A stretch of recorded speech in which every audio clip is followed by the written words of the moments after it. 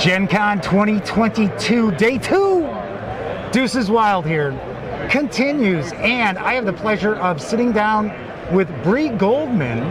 Hi. From Lucky Duck Games. I'm a lucky duck just sitting here getting a chance to talk to Bree.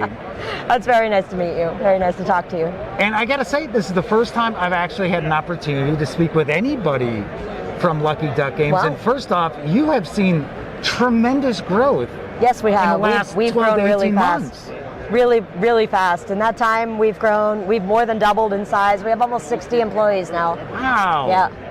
For a game company, that is a lot of employees. Yeah. You're actually employing more fast. people than who work on Dungeons and Dragons full time. No joke. That's true. Wow. Because they're all freelancers. But so you got a lot of really interesting titles that I think my audience would dig tremendously. Terrific. I'm happy to tell you about them. Let's talk about something that a brand new expansion came out for, and it is called Destinies. It is a fantasy game. It has a mobile app piece to the puzzle, which I believe you can also play offline as long as you still have the app. Yep, and that's actually, so many of our games are studio games, that is games that are designed by our in-house employees, and then are published also by our by the Lucky Duck brand, are what we call digital hybrid games, which means they require an app to play, but one of the pillars of our mobile game design, of our digital hybrid game design, is exactly what you just described. That is, all of our digital hybrid games, they require an app to play, but once you've downloaded and installed the app, they do not require internet access to play. You may need to download future scenarios, but once you have the scenario and the app installed, you don't need internet access to play. So if you happen to be climbing, say, I don't know, Mount Everest, and you bring some board games with, you could easily play that as long as you've got your phone or tablet. Exactly. You also only ever need one device to play any of our digital hybrid games. Sure. So let's talk about something that's sold out like that here at the show. Yes. And It's a Wonderful Kingdom. This one right here. So It's a Wonderful Kingdom. You can block my face here. Yes, so this one actually sold out almost entirely on the first day of the show. This is the 1 and 2 player follow-up to It's a Wonderful World. It is a I Cut You Choose drafting and resource management engine building game. So the original It's a Wonderful World had a drafting mechanic much like Seven Wonders, followed by you would draft a card and pass, and then once you had drafted all of your cards, then you would recycle or build cards and use the resources from the cards that you had built to produce resources and you would be competing for supremacy and the various resources. And it's short in the sense that there are only 4 rounds, so you need to make important strategic decisions at every turn, but there was not a lot of player interaction.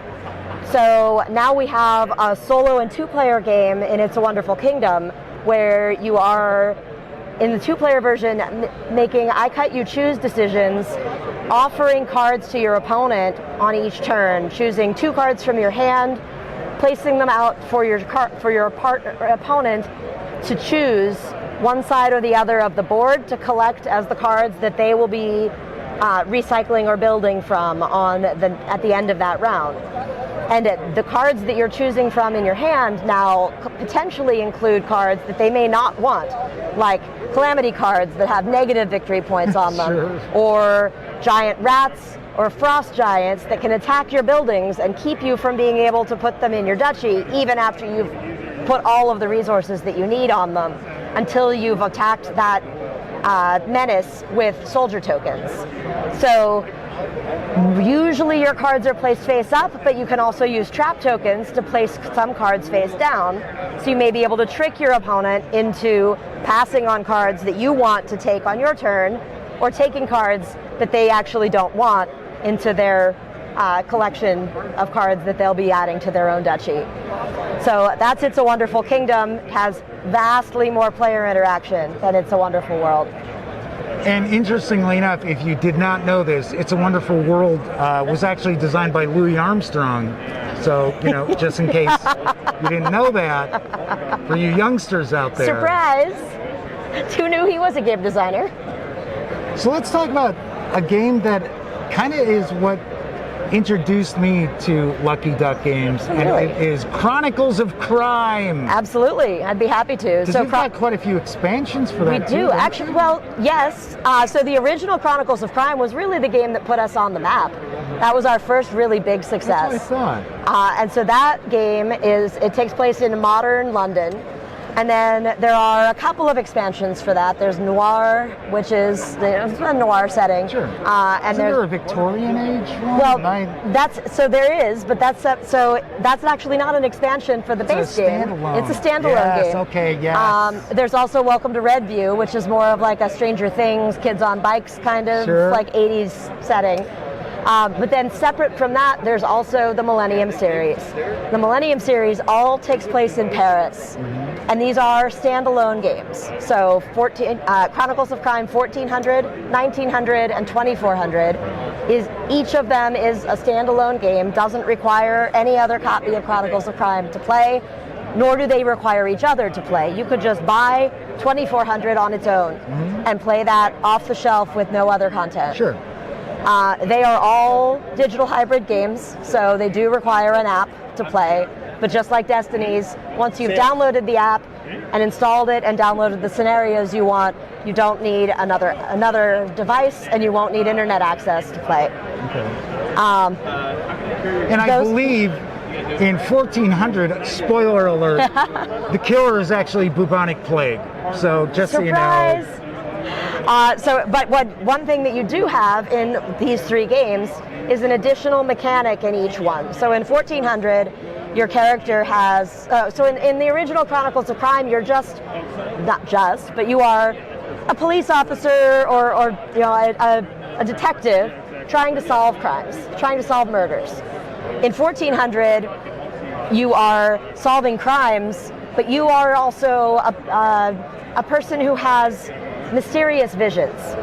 So at the beginning of each scenario, you'll have visions that may be of the past, they may be of the future, and they're presented on these beautiful, oversized, like huge cards. They're even bigger, I think, than tarot cards. Okay. And you'll have to use that information throughout the case to try to figure out what order did these things happen in, how can I use this information to inform my decisions as I'm trying to solve this case. And is this useful information or is this a red herring? Sure. In 1900, you've got same oversized cards, but now they're actually presenting you with escape room style puzzles to solve. Okay. And then in 2400, you're actually getting, so the 2400 setting, all three of them take place in Paris in the year 1400, the year 1900, the year 2400. In 2400, it's now a cyberpunk setting. Okay. It's my favorite by far. And you have the opportunity to acquire like cyber gear for your character. Okay. And you've got a little card that shows your character from like the shoulders up. And as you acquire gear, maybe that will like slot over your eye. So you put the augmentations on the and the artwork matches the card so that it looks like once you put it on, it just looks like the artwork has, now she's wearing this device over her eye on the card, like on the player board. But the card also has a QR code on it, so when you want to use that device, you scan it with the app, and then you scan the person you want to scan with the device or the object that you want to learn more about, and the app will tell you everything you want to know. Sweet. So one thing we were going to talk about with Carly from Lucky Duck, we're going to do a Skype interview, but I know you've got a big thing going on right now, kind of segueing back to Destinies, with community content. Yep. We also do actually have a community editor for Chronicles of Crime that's been around for quite a while. We have a lot of community content already for Chronicles of Crime. And in fact, there's one more thing that I should tell you about for the Millennium series, which is, although 1400, 1900, and 2400 are standalone games, we now also have, and this is actually available on its own for the first time at Gen Con and also now on our website, we have Chronicles of Time, which is an expansion. Okay. That one requires all 3 of the Millennium Series games to play, and it is a story, it's 4 more scenarios, and it's a story that ties all 3 of the games together. Sure. It's a time-traveling story, and it ties all 3 storylines together. So it was actually expansion content that was part of the Kickstarter campaign. We promised the backers that it would be exclusive until we had released all 4 scenarios. Yeah. We've just recently released the 4th scenario, and we've now made it available as a standalone product. So it's also now available to purchase. We have it here at Gen Con, and we now also sell it on our website. Bree, is there anything that we may have missed that you want to share as far as games? So we did. You started to talk a little bit about Destinies. Mm-hmm. So Destinies is our. It's also a digital hybrid game. It's an RPG-like experience, but it is competitive for 1 to 3 players. So in Destinies, you are competing to complete your destiny before one of the other players completes theirs. So you have a small card on it that will have 2 destinies printed on the back, and each other player will also have the same. And you are exploring a board with the cards have sort of like a fog of war kind of experience. It's almost like tile laying for the app will tell you where to place each tile, but they'll be placed face down so that you can get a feeling for what kind of area, like if it's in the town or if it's woods or if it's a lake or a river. But you can't see the details of it until someone moves to that space. But the destiny on the 2 destinies printed on the back of your player card are actually the only secret information in the game. Oh wow. So your destinies that you are choosing between as your goal to win, I don't know what they are, but I do know that probably at least one of them overlaps with what I'm trying to do to win. And as you are playing and trying to achieve those, I am seeing what you're doing because everything that happens in the app is public information.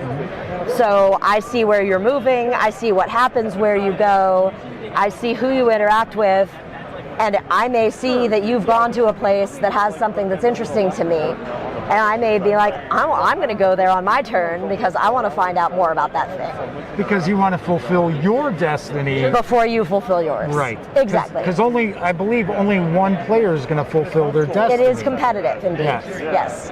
Sweet. And there are some expansions to that as well. There sure are. So we currently have one expansion called Destiny Sea of Sand that's available in retail. We have Myth and Folklore, which we should have back in stock on our website hopefully in a couple of months. We're reprinting it right now. And then we have Bound by Fate, which is, it converts the game into a 2v2 experience. So it does enable a 4th player, and it makes it into kind of a semi-cooperative, but still competitive experience. Sure. And then just yesterday we announced the Destinies Witchwood campaign, which will be launching later this year on Kickstarter. Which is a bit of kind of a dark fairy tale vibe, It is indeed. Right? It is indeed. So if you've looked at the artwork, you may have seen the Baba Yaga's hut mini, and I'm very, very excited for that. We haven't announced a launch date yet, but we have said this fall. You'll hear it on the Gaming Gang, you know. It's coming this fall. It's coming this fall to Kickstarter. And yes, that'll be a new expansion to Destinies, and we do expect to have all of the existing Destinies content available to order on that Kickstarter as well. Sweet. Anything else we may have missed? I'm giving you free reign, Bree. Not that I can think of. So any final thoughts you'd like to share with our audience? Visit Lucky Duck Games website. And Visit Lucky Duck Games website. There we go. Bree, thank you so much for taking some time out. You guys are very busy here, so yes, I'm glad we were actually able to scoot off to a little side area to shoot this. Yes, thank you for coming. Thank you for filming with me. I appreciate your time. Con. Have a great Gen Con. Thank you so much. You too.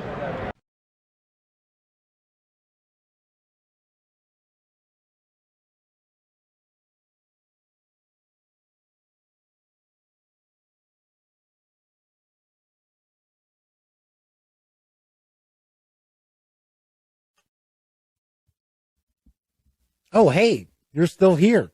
Well, if that's the case, by all means, subscribe to the Gaming Gang channel by clicking right here.